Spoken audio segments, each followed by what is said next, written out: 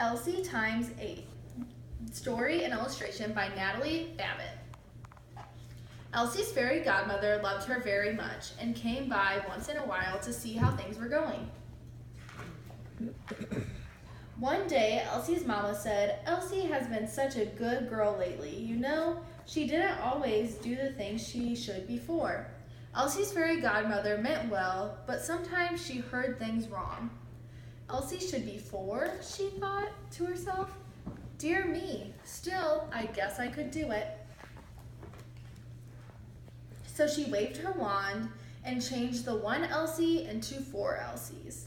This was a great surprise to Elsie and her mama and papa. It was also a surprise to the cat. As Elsie's fairy godmother was leaving, Papa ran after her and called, "No, wait! 8, that's a number," thought Elsie's fairy godmother. Still, I guess I could do it. She waved her wand again and changed the 4 Elsies into 8 Elsies, and then she was gone. What a time it was after that, for there was only 1 cat. In fact, there was only 1 of everything. The Elsies fought over all of it, and the noise was astonishing.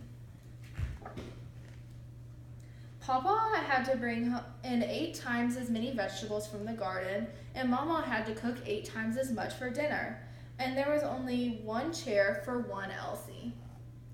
When it was time for bed, Papa and Mama couldn't keep track of which Elsies they had hugged and which they hadn't. And of course, there was only 1 bed for 1 Elsie. Day after day, the Elsies were noisy. It made the goats nervous and annoyed the neighbors. All the birds went somewhere else, and the cat was not pleased with it either. At least the mayor came to the door. "You will have to do something about the rowdy-dowdy and rackets," he said to the mama. "People are complaining." But the Elsies paid no attention. They chased him away, and then they fought over his hat.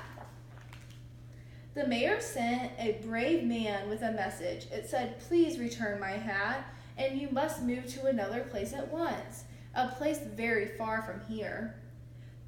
"It's that silly fairy godmother's fault," said Papa. There, said Mama. "She meant well. She'll set it straight in a minute when we tell her to take it back." But they didn't know where she was, so they had to do as they were told. When everything was packed up, they gathered the goats, the cat, and Elsie's, and started off. They walked and walked until they came to a new town far down the road, but nobody wanted them to stay there, for the Elsies were too noisy. So they had to keep on going.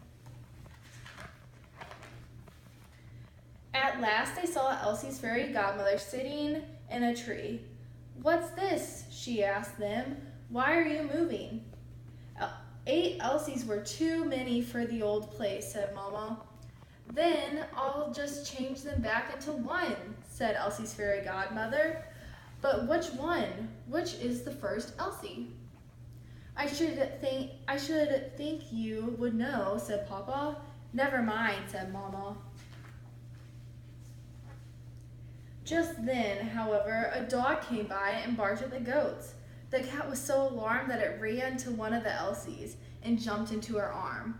"Ah," said Papa, "the cat knows who's who." So Elsie's fairy godmother changed the 8 Elsies back into the 1 holding the cat. For this was indeed the first Elsie. Cats never make mistakes. "Next time," said Papa to Elsie's fairy godmother, "do try to hear things right. Goats you need more of, but 1 Elsie is enough. Even 1 cat ought to be plenty." But Elsie's fairy godmother heard it wrong. 20, she said to herself. "Oh well, I guess I can do it." So before she flew away, she changed 1 cat into 20. This was a great surprise to everyone, but not a bad surprise. Elsie liked it, and the cat was glad for the company. And then when they came home again, the neighbors were delighted. After all, 20 cats they can manage.